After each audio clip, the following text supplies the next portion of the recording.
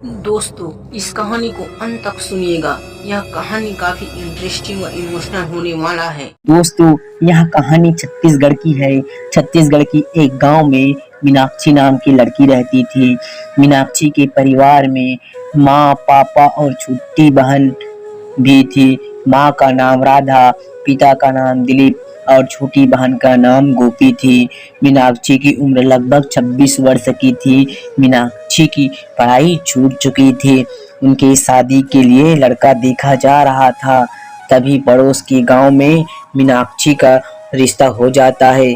मीनाक्षी के पति का नाम राजेश तथा ससुर का नाम अमृतलाल था।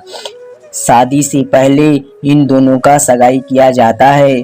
फिर समय आने पर शादी होने के बाद मीनाक्षी का दाम्पत्य जीवन खुशी खुशी चल रहा था कि एक दिन उसकी माँ ने फोन लगाया मीनाक्षी के और कहा, बेटी मैं तुम्हारे यहाँ आ रही हूँ तुम्हें देखने के लिए। मीनाक्षी को खुशी हुआ कि उसकी माँ उसे देखने आ रही है। मीनाक्षी अपने माँ के आने की खुशी में अच्छे अच्छे पकवान बनाती है और दोपहर तक उसकी माँ घर पहुँच जाती है।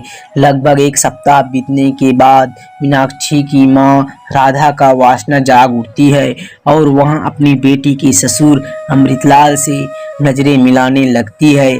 कुछ दिन ऐसा ही चलता रहा। फिर अमृतलाल को भी समझ आ गया कि अपने समधिन राधा को क्या चाहिए। इस प्रकार दोनों समधी में प्यार चालू हो गया। वे दोनों कभी खेत में मिलकर संबंध बनाते थे तो कभी अपने जानवर की तबेला में। दोनों को वासना की भूत सवार था।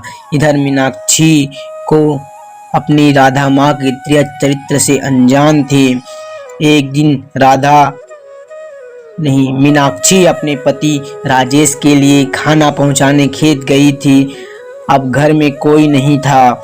घर में सिर्फ उसकी माँ और उसकी ससुर ही था। राधा अमृतलाल इस मौका का फायदा उठाकर अपनी रासलीला चालू कर दिया। वह दोनों वासना की क्रीड़ा में इस तरह लिप्त थे कि उन दोनों को समय का पता ही नहीं चला कि कब 1 घंटा हो गया। अब मीनाक्षी का घर आने का समय हो जाता है और वह घर आ जाती है और तो वह देखती है अपनी माँ राधा और अपनी ससुर अमृतलाल को बिना कपड़ों के। आपत्तिजनक स्थिति में मीनाक्षी ने शर्म से अपनी नजरें झुका लिया। दोनों ने झट से अपने कपड़े पहने फिर अपने अपने रास्ते चल दिए। मीनाक्षी ने यह सारी बात अपने पति को बता दिया एवं अपने मायके में भी सभी परिवार वालों ने राधा और अमृतलाल को समझाया। समझाने के बाद दोनों ने अपनी गलती मानी और दोबारा यहाँ गलती नहीं करेंगे करके क्षमा मांगी। फिर राधा अपनी पति के घर वापस लौट जाती है। अब सब कुछ अच्छा चल रहा था। एक दिन मीनाक्षी अपने मायके जाती है और उसे पहुंचाने उसका ससुर अमृतलाल भी संग में जाता है। मायके पहुंचने के बाद मीनाक्षी अपने ससुर से कहता है, पापा आप हाथ मुंह धो लीजिए, मैं चाय नाश्ता का व्यवस्था करता हूँ। दोस्तों, अभी भी राधा और अमृतलाल का वासना खत्म नहीं हुआ था। अमृतलाल मीनाक्षी से कहता है कि वह किसी से मिलकर आता है। यह कहकर वह घर से निकल गया। मीनाक्षी को एक शक हुआ कि उसकी माँ पहले से ही घर में नहीं था, इसलिए वह अपने ससुर का पीछा किया।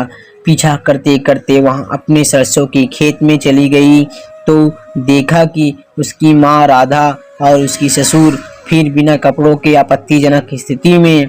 इस बार मीनाक्षी को शर्म नहीं आई और वह गुस्सा से लाल हो गया और वह वही रखे हुए कुल्हाड़ी से अपने ससुर को मार दिया। ससुर का वही घटना स्थल में तत्काल मौत हो जाता है।